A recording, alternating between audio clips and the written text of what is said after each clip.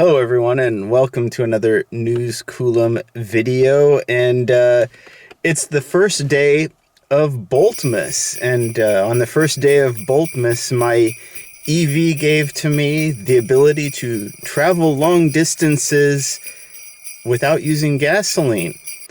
Yeah, so I thought to myself, this might be a good idea, and based on your response, I'll find out if that's true. But I figured I have a bunch of old Bolt EV travel videos. Some of them were around the holidays, some of them weren't, but I never really had a chance to publish them, and they became kind of dated, right? As Electrify America started to build out, we started to see faster and faster chargers, newer EVs.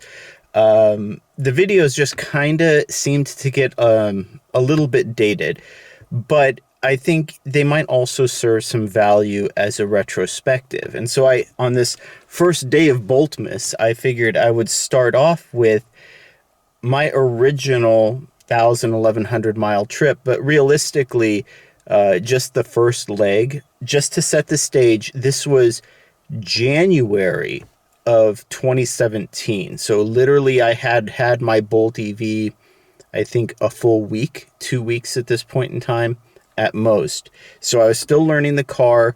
It had less than 1,000 miles on the odometer, and I was leaving Ventura County at 4 p.m. on a Friday. There was going to be traffic, but also there was a storm coming in, and I decided that I was going to take Highway 101 instead of I-5 because I was concerned about the possibility of maybe closures, snow, chains, whatever, on the Grapevine. It turned out that I was so far ahead of the storm. In retrospect, I should have, knowing what I know now, I should have taken I-5 and Highway 99 up. But I think this was a good learning opportunity for me anyway, because I took Highway 101 instead, which was much less covered in terms of public DC fast charging, and a much more difficult road to drive, a much more difficult road to navigate. And it just so happened, too, that this is the same route, essentially, that Dawn Hall took about 3 months or 4 months later in her Bolt EV to disastrous effect, right? But I thought it might be interesting to also showcase this in that framework, that driving up Highway 101 in worse weather, right, in actual winter weather into the 30s and the 40s with wind, the trip didn't go as horribly. But anyway, so I just wanted to start off with that and just leaving the office. I'm about to start off on my first, semi-regular road trip, and I'm trying to beat the weather. Still have my charge cord connected, so I'll go ahead and reset. For this first trip, I am doing, 500 miles in a single night. I'm going to drive fairly efficiently, I think, for this trip, because I really don't know what my limits are yet. So I'd rather not push the envelope on the first trip. Got to walk before you can run. So you'll get to see some DC fast charging and some long range driving. So I just made it to the first destination. So yeah, about 160 miles. It's a little bit farther than I had planned. Okay, so my first stop was here in San Luis Obispo. It was a great drive, and the thing is, though, traffic. I hit a huge amount of traffic going through Santa Barbara, so my actual driving time, I think, was almost 2.5 hours. And that also bumped up my efficiency way higher than it should have been. So I actually arrived in San Luis Obispo with 35% battery. Also, this is the first time I ran into an issue with plug share information, which didn't quite explain where the charger was. So I knew the shopping plaza where it was in San Luis Obispo, but I had to really dive into the details and do some searching to find out that the charger was actually behind the facility in sort of that back service alley. So it took me a little bit of extra time to get to the charger. And, this is where I wanted to point out I still had a bit of gas mentality. So I spent about 5 to 10 minutes expositioning as I pulled into this EVgo charger in San Luis Obispo, where now if I were to do this same trip again, I would have plugged in first, right? Just quick details of where I was, plugged in first, and then started explaining what was on my mind and what I was thinking about. I was still thinking like I said, a gasoline mentality where a lot of people will sort of just spend time because they're going to have to do it anyway, and they'll make up that difference later on because the refueling doesn't take that long. Well, EVs take much longer to refuel, so you're better off getting it started and then expositioning. I actually put a little cheat sheet together with notes. So I don't want to take notes again on this. I kind of gave myself, I'm going to put these were estimates that I sort of clocked in there on my own. And the other thing that I wanted to note about this trip, this first trip that I did, I actually took notes. Now, I don't even know that a better route planner was available at the time. And even if it were, I don't know that I was in a position to know about it in January of 2017. And it certainly didn't have any usable data on the Bolt EV at this period in time. And I had actually mapped out just in an Excel spreadsheet based on my understanding of the distances according to Google Maps, my expected efficiency, my expected driving time, and basically the amount of range that I would need to recoup between stops. And this is purely based on Chevy's published estimates of 90 miles of range added in 30 minutes, how long I was going to need to spend charging at each location. So I really didn't use a guide like this again afterward. I just didn't find it all that useful, just because you have that information available to you through your maps and navigation, and your efficiency and range varies so much just based on in the moment driving that there's no way for a calculator to be able to tell you ahead of time what you could expect. So I pretty much abandoned route planners after this initial trip. Yeah, let's see what happens here. So I don't have an RFID. Maybe I'll have to check in and so this is just a regular card. I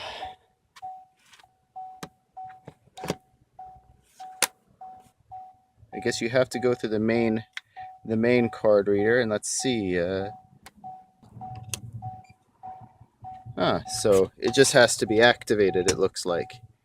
So yeah, it's preparing and charging a 35% battery. That's pretty close to what I would expect. I had an active EVgo account, and I think I mentioned the price in this too. It was 10 cents per minute at the time, which is actually a great rate by today's standards. But I had never had a chance to actually activate an EVgo charger prior to this, simply because every time I tried to use one in the city, it was always blocked or in use. And so I was a little bit leery heading into this trip just about how heavily used some of these chargers were.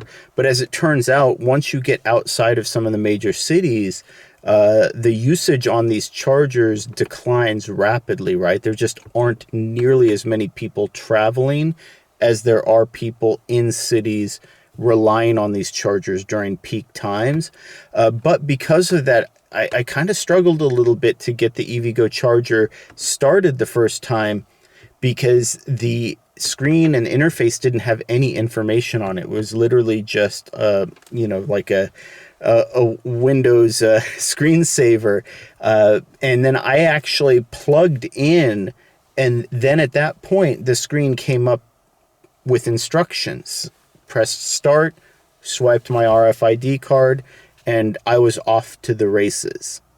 I'm not sure how they're doing, um, how else you can read sort of power flow on this other than what you use for the regenerative braking. But, if you go back here, I guess I should say up here, um, I mean, this screen, like I said, GM, I think, missed an opportunity to make this um, really transparent as far as the power and the charging is concerned. I mean, right now we just have to guess at like amperages and voltage and wattage. I mean, you just see miles ticking up anyway. So under 50%, it's clearly charging at least 43 kilowatts. So I mean, yeah, I think I could stop for about 30 minutes at this rate. And now this was my first introduction to what I saw as being a major issue with the EVgo network and how they set up their chargers. Here we are, still charging. It's 8:15-ish, so I'm a little bit later. It's at 69% battery, but I guess this doesn't give you an update either.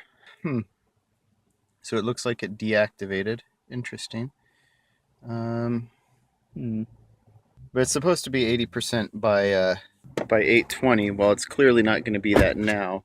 So it's almost as though they're just stopping the charge at 30 minutes regardless. I hope EVgo didn't try and make like a quick way of cutting off like the free charges by limiting it to 30 minutes for all users, because I'm sorry, they're just not charging fast enough to warrant limiting to 30-minute sessions. I had been gone for about 25 to 30 minutes, which was about 15 minutes longer than I had planned to be back. And by that point in time, I had already cycled all the way through a 30-minute session. So at this point in time in 2017, EVgo was still maintaining a universal 30-minute cutoff to their sessions. And the reason that's important is with a car like the Bolt EV, when you're only charging at 45 kilowatt, 30 minutes isn't really enough to do anything. And this is a discussion that we had a lot with like the BMW i3 owners and the Leaf owners talking about how slowly the Bolt EV charged, because in 30 minutes the i3 would go from 10% to 80%, but the Bolt EV would only go from 10% to 60%. But the difference is the Bolt EV's 10% to 60% was the i3's 10% to 80%, or whatever the case may be. And so for a lot of the smaller battery EVs at this time, a 30-minute session was perfectly fine. But for a bigger battery EV with more range, it wasn't sufficient. And so what this does is it creates a really awkward way of traveling where you can't really leave your vehicle because you need to be there at that 30-minute mark when the charge ends and you want to restart it again. So it's almost too short of a time to go do something productive, but too long of a time to just sit there and wait in your car. So it was like the perfect storm of the worst case of how to set a timing on an EV charging. This delayed me a bit. I want to go past 80%.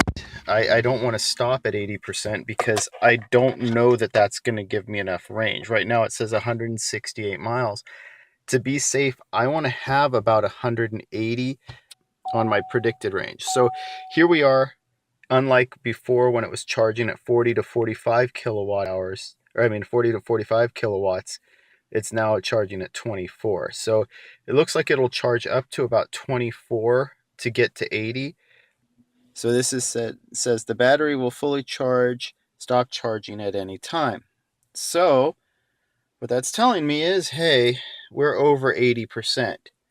But look at the rate at which it's charging. Still charging at 24 kilowatts. So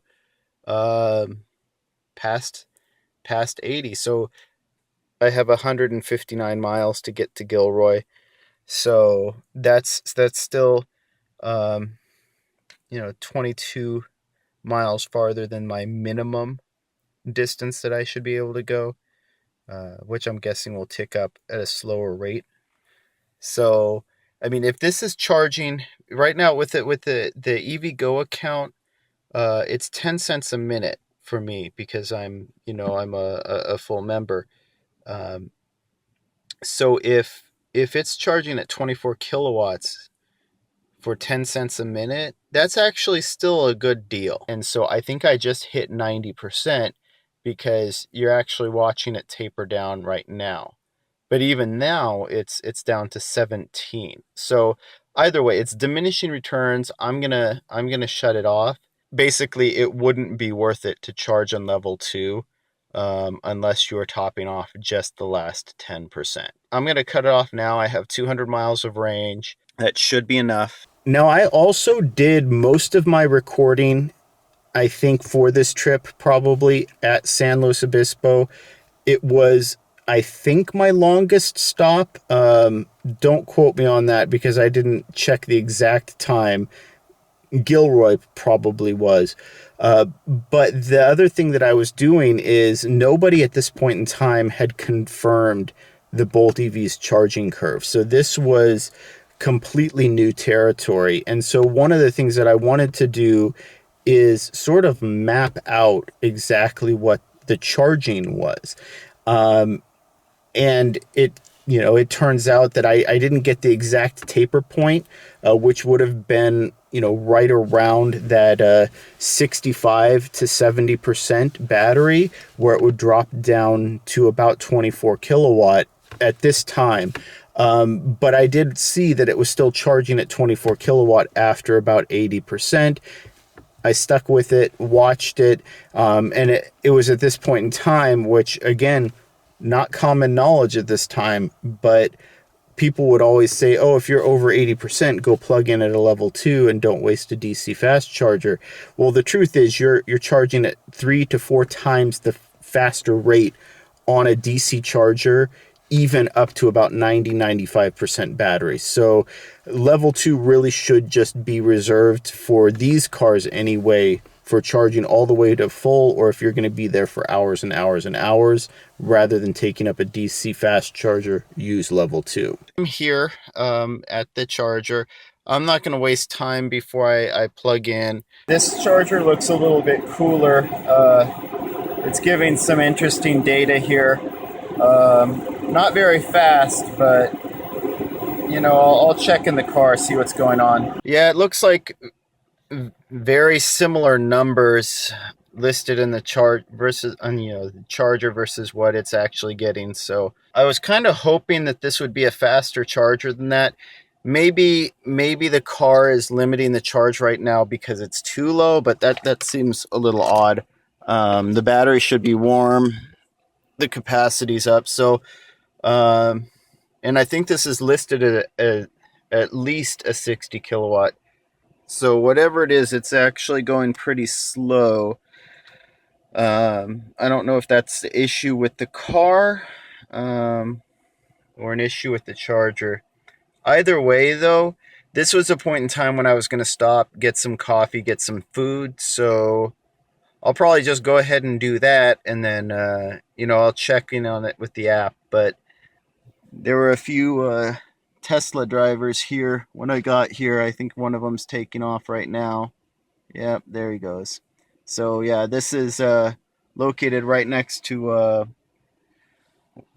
one of the Tesla superchargers as well. Okay, so now we get to what I think is possibly the biggest letdown of the trip in terms of plug share, in my opinion. And again, this is retrospective. January 2017, Eric didn't know this, right? But in retrospect, I should have gone to the EVgo in Salinas instead of going to Gilroy. that would have cut down about 8 to 10 miles. I'd have to check the exact distance off of my leg from San Luis Obispo. So I would have arrived in Salinas with probably 10% battery. And this is a practice that I would go on to sort of promote later, because if you have a choice between two stops and you're not sure about the infrastructure, you're not sure what to expect, even if you have complete faith in the infrastructure, if you think it could be crowded, right? Stop at the first stop. And then if it doesn't meet your needs, or if it doesn't work, then you can bail and move on. But I avoided the chargers in Salinas because I had read PlugShare reports that they were only 100 amp. And so I was aware at the time that the Bolt EV could at least max out the 125 amp chargers. And I wanted to try to focus on the faster chargers for my trip. So I avoided Salinas, and I basically got tricked, because it turns out that Salinas is the one with the 125 amp 50 kilowatt chargers, and Gilroy is the one with the 100 amp 40 kilowatt chargers.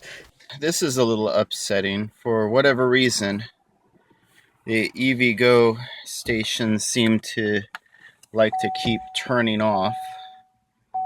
So I'll see what I can do.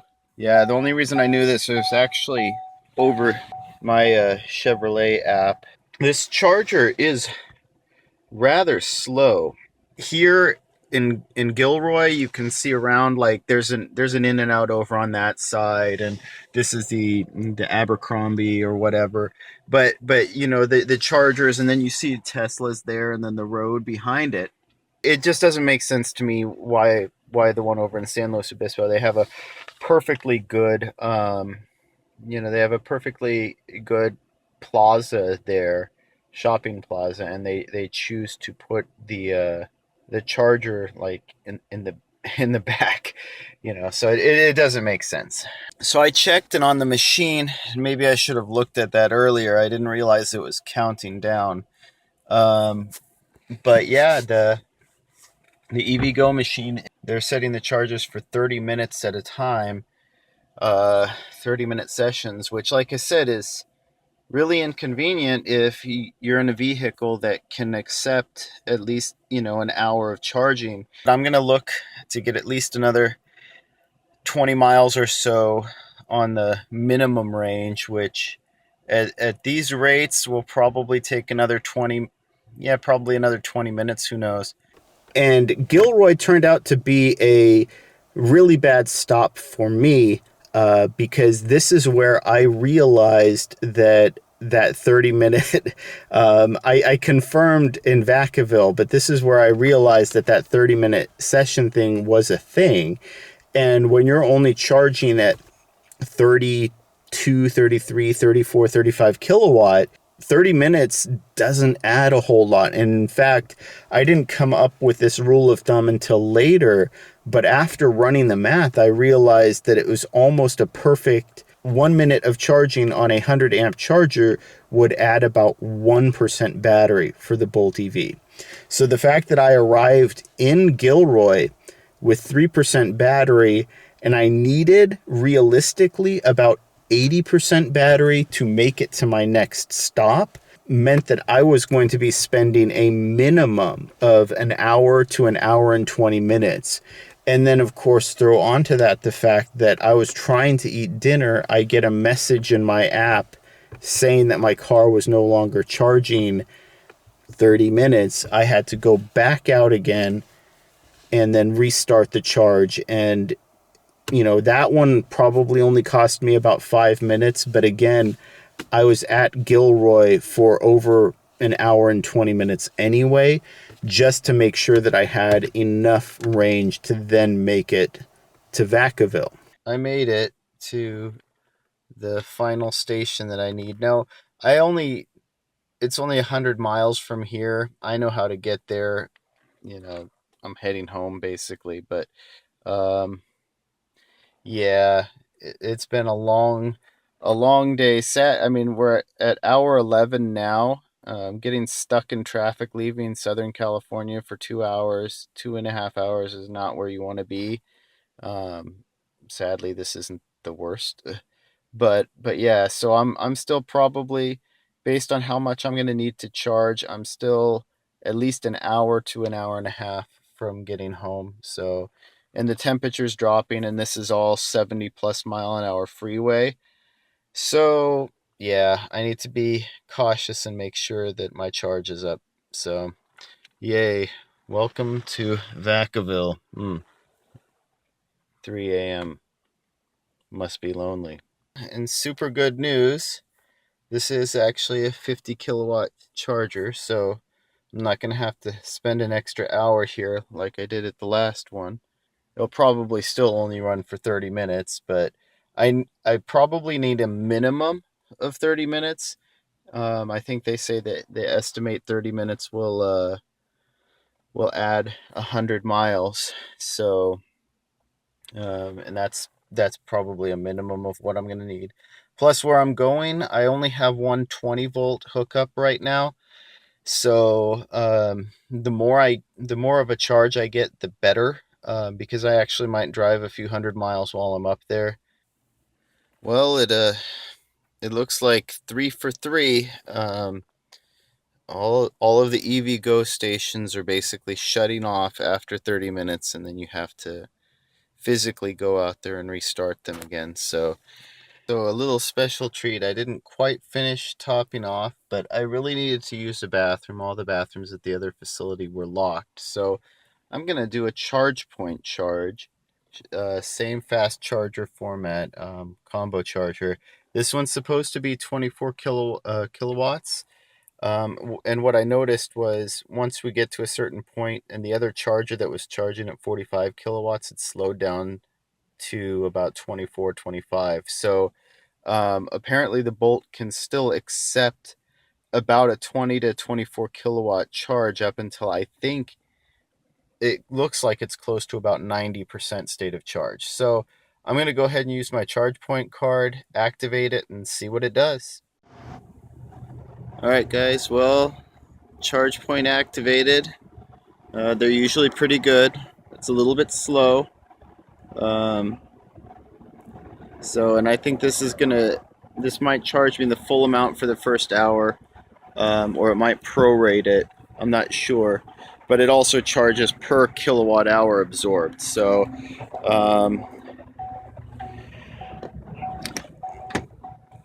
getting back in, and yep, sure enough. So it's charging at 22 kilowatts, even though the battery is mostly full. Let's see. Oh, yeah, sorry. So it's saying 21 minutes to 80%. So it's a little bit slower than the other one, but I figured it would be. But yeah, still over 20 kilowatts, which isn't bad. I have 109 miles listed as my minimum range expected, which should be enough to get me home. But like I said, I got to use the bathroom anyway, and I'd rather have a little bit more because I only have a 110 or 120 volt at home. Now, Vacaville was an interesting stop for me in that I was relatively close to home. And the issue, though, is that I still didn't have 240 volt charging at home. So this ended up adding additional time that I didn't really need. Now, knowing what I know now, I could make it from Vacaville all the way up to home on maybe 50% charge, even in bad weather conditions, right? And there was another 24 kilowatt charger along the way in Williams, but I wouldn't need to stop at that one unless something went really wrong in terms of efficiency. While I was in Vacaville, I decided to test out both the EV Go, which turned out to be another 125 amp 50 kilowatt charger, which was great, and the 24 kilowatt charge point charger. And this was another one of those cases where the EV Go charger was located at a great location during business hours, but it's an outlet mall. They shut down the stores, they shut down the bathrooms after a certain point in time. So getting there as late as I did meant that that location literally had no facilities that were open. So it made sense to me to hop over to the Arco AM/PM where they had a 24 kilowatt charge point unit, plug in there after I'd done a bulk of my charging on the EV Go charger, and top up for a few minutes before heading home. And again, this is one of those things where I charged for much longer than I needed to on this trip, knowing that I wasn't going to really be able to charge at my destination, or at least not effectively. Like I said, just for reference, in my Volt, this trip usually takes about 11 to 12 gallons of gasoline on top of the electrical charge. Um, so that's just another comparative, number in terms of energy used. But and of course it was a bit colder and the conditions were a little bit worse. I mean, these types of conditions, I think, on internal combustion, like the generator backup, the Volt might be getting about somewhere between 36 and 38 miles to the gallon. So again, just another number to compare. But all told, I mean, I had fun. Um, you know, like I said, Bolt is tired. Must get plugged in. We'll see if 120 volt works. So I was able to make it home. It was getting colder, it was faster driving, and I wasn't going to have effective charging by the time I arrived. So that's why I had done all of that extra charging. I did a little bit of a comparison with the Volt, and just mentioning how much gas I would have burned had I been traveling in the Volt, because that's the car that I normally was making these trips in. And part of the reason why I got the Bolt EV to replace the Volt in terms of my primary driver was just how many gallons of gas I was burning just on a regular routine. So that was a big driver for why I switched over to the Bolt EV. And the other thing is, this trip ended up taking me 14 hours, which I think a lot of people would say, well, it took you 14 hours to go 527 miles. That's a ridiculously long amount of time. But I think some people aren't fully aware of the route, where in my Volt, this trip would normally take 11 hours. And that's normally. And had I hit the same traffic heading into Santa Barbara, in my Volt, this trip would have still easily taken 12 to 12 and a half hours. So, and again, I know I don't necessarily travel the way that a lot of people do. If I'm going to be on the road for more than 8 to 10 hours, I will generally stop for a full meal. So even driving a gas car like the Volt, I still have that 45 minute penalty for stopping and having a meal. Highway 101 is a slower road. There's more traffic. Even going 527 miles will still take you a bare minimum of about 11 hours on this route, in my experience. So I was paying about a 3-hour penalty for this first trip in my Bolt EV. About 45 minutes to an hour of that was due to traffic. That would have affected me in the Volt as well. So the additional time was really about 2 hours of additional time that I spent charging. And again, though, I need to emphasize that, one, I overcharged because of my arrival destination not having 240 volt charging, but also the time spent charging was longer because the chargers were slower. And we wouldn't know this for several years, I want to say, at that point, almost a year and a half, before we really started to see faster than 50 kilowatt chargers being built out.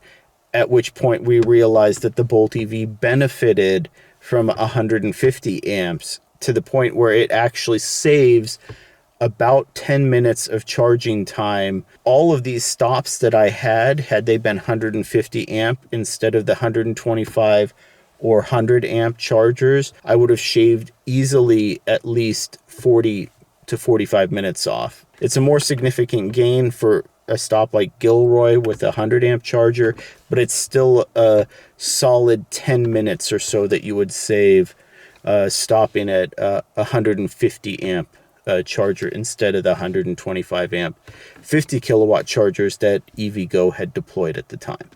Anyway, I hope you enjoy this. Let me know what you think about these days of Boltmas. So the first day of Boltmas has come to a close, and yeah, let me know the types of videos that you would like to see, because like I said, I have a number of them that were never really published, and they give a kind of interesting retrospective into what charging and traveling in the EV was like 6, 7, 8 years ago, and how it's different from today, and how the Bolt EV is different from today. Like I said, this last trip, or this first trip, if I were to recreate it with my Bolt EV today and current infrastructure, I could probably do it in about 11 and a half hours, maybe even 11 hours if I was really jamming it in perfect traffic. And so basically almost the time